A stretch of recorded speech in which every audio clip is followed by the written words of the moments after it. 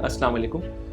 मेरा नाम प्रोफेसर आसिम अहमद है और मैं the kidney centre post graduate training institute के साथ पिछले 16 साल से मुनस्सिक हूँ।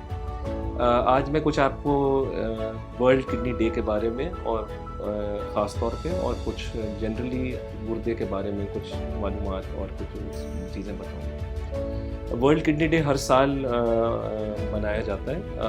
इस साल 11 मार्च को वो दिन है।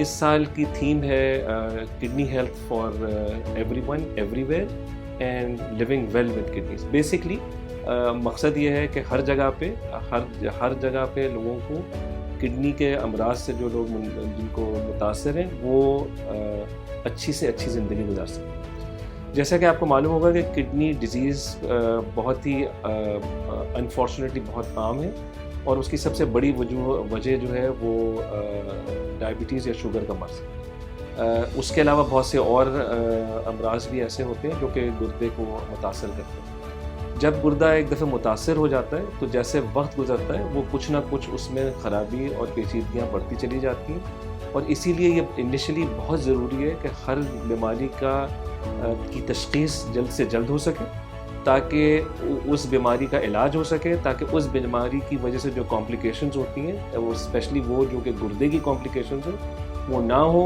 या देर से हो, और अगर हो तो कम से कम आगे ना बढ़े।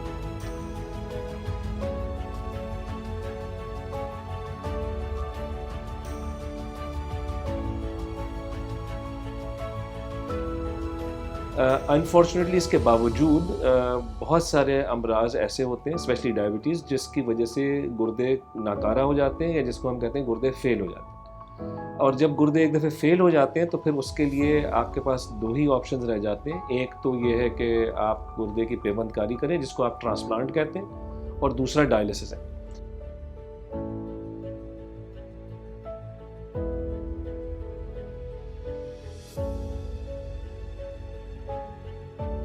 अगर हम लिविंग वेल विद किडनी के हिसाब से सोचें तो आपको ये सोचना पड़ता है कि मरीज़ के साथ जो मसाइल हैं वो उसको किस तरह से वो इस मर्ज़ के साथ किस तरह से अपनी ज़िंदगी बेहतरीन तरीके से गुजार सके, प्रोडक्टिवली गुजार सके, काम काज कर सके, सोशल इंटरेक्शंस या मिलना जुलना कर सके, ट्रैवल कर सके, घूम फिर सके। ये सब चीज़ें जितनी नेचुरल तरीके से हो सकती हैं उतना अच्छा होता है। जो इसके लिए सबसे ज़रूरी चीज़ ये है कि जो आपका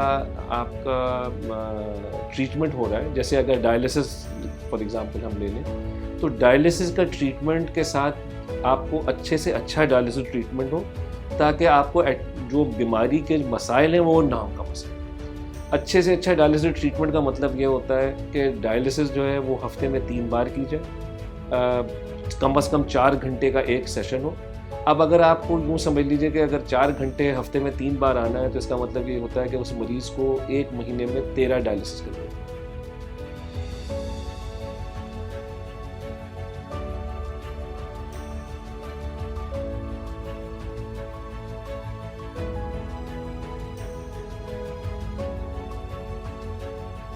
अभी रिसेंटली हमारी एक स्टडी पब्लिश होने जा रही है जिसके अंदर उन्होंने ये देखा कि जो सबसे ज़्यादा हमारा जिसको हम क्वालिटी ऑफ लाइफ कहते हैं उसमें जो क्वालिटी ऑफ लाइफ का एक जो आंसर था जिसके अंदर सेंटर के लोगों का बर्ताव था उसके अंदर सबसे अच्छा स्कोर किया। तो नेचुरली अगर एक आदमी को हफ्ते में 3 दफ़ा 4 घंटे के लिए आना है और अगर आपका स्टाफ अच्छा है और आपका स्टाफ उसको अच्छी तरह से डील करता है तो कम से कम वो 4 घंटे उसके अच्छे गुजरते हैं, वो मोटिवेट होता है। तो वेल बीइंग के लिए आपको सिर्फ एक ट्रीटमेंट की ज़रूरत नहीं होती बल्कि उस वेल बीइंग के लिए बहुत बड़ी एक और टीम की ज़रूरत होती है जो इन सब चीज़ों को इस तरह से रख सके ताकि वो शख्स जो किसी भी मर्ज़ में मुब्तला है, किडनी के मर्ज़ में मुब्तला है, वो अपनी नॉर्मल से नॉर्मल ज़िंदगी गुजार सके, अपनी नॉर्मल सोशल लाइफ रख सके, अपना बाकी ट्रैवल और वो काम कर सके।